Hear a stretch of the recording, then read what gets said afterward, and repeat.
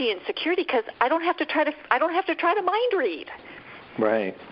Also, I will ask couples, especially if if I'm not seeing them as a couple, if I'm seeing them one at a time, start this conversation by saying what your partner already does to make you feel loved, especially if you're doing it with a man, because men always hear the way you love isn't good enough. Right, yeah, there's criticism. They hear criticism. Even no matter how she puts it, no matter how many I statements she uses and feeling statements she uses, that's what he's going to hear, because men have this dread of failure. And men don't like to do anything they can't do well. Right, which sometimes I think women don't understand, and it is important to let. I think it's important for both genders to let people know. Wow, I so appreciate this. I mean, I've never met a man who didn't want his wife to be happy. So if you tell him how to make you happy, especially if you can do it without spending a lot of money. and I so want. I mean, that is so true. And this is, I think, a lot of women don't understand that all men really want to do is make the women in their lives happy. Because if you're not happy, they're not going to be happy. They're going to feel like a failure if you're not happy.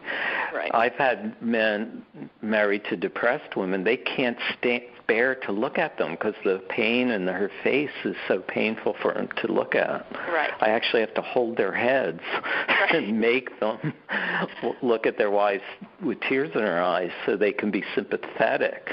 Right. But the shame of failing as a partner paralyzes them, and they can't look unless I force them to. Once they do it, then they can be sympathetic. Yeah, but because they personalize that, and she's not depressed because of you, but yeah, it's very, very hard, and it's the same reason why men don't like it when women cry. It's like, okay. So this has been a really wonderful conversation. I thank you so much for participating in this and sharing this information. And can you let people know where they can find this article, where they can find more of your writings? Because you've written a lot of things, and like I said, earlier I said I've been to some of your seminars and I've read some of your books, and I think it's wonderful advice. Can you tell people how to find you? What we talked about today is summarized in my latest book called Empowered Love. A lot of it is also on my blog on psychologytoday.com, and our website is compassionpower.com. Okay, so terrific. So, there's another marriage relationship expert that I know Dr. Stosny knows named Terry Real, and he wrote in his The New Rules of Marriage this statement that each partner should make: how can I help you give me what I need? Which is a somewhat similar thing that we've been talking about, which means we have to know what we want, what we need, what makes us feel loved. We have to know what that is, because expecting your partner to just know, or worse, actually setting them up for failure by testing them, is the path to dissatisfaction. So you have to know what you want and be willing to both communicate it and help your partner in giving it to you.